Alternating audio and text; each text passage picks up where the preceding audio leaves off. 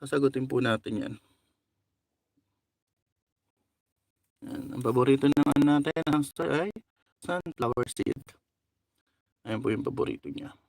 Kaya napapansin niyo sa bean cage natin napakaraming sunflower seed. Ano nyo guys, simple lang 'di ba? Simple lang yung setup natin, hindi gano'n hindi mahirap gawin. Yung setup ng bean cage natin napakasimple lang.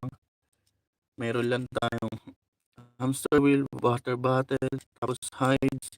Tapos dun sa ilalim, dun siya gumagawa ng nest niya, ng bahay niya. Dun siya lagi natutulog. So napakasimple lang. So may privacy talaga siya. Hindi siya makikita basta-basta din. Pag nasa loob na siya, hindi siya makikita basta-basta. So, kung bibili kayo ng bean cage, piliin niyo yung mas malaki para may mailagay kayo ng ganito. Kasi kung gagamitin yung mga storage box na maliliit, guys, para sa mga breeder. Kasi nang nagbre-breed kami, mga storage box din. Pero nakakapaglagay naman kami ng hamster wheel doon.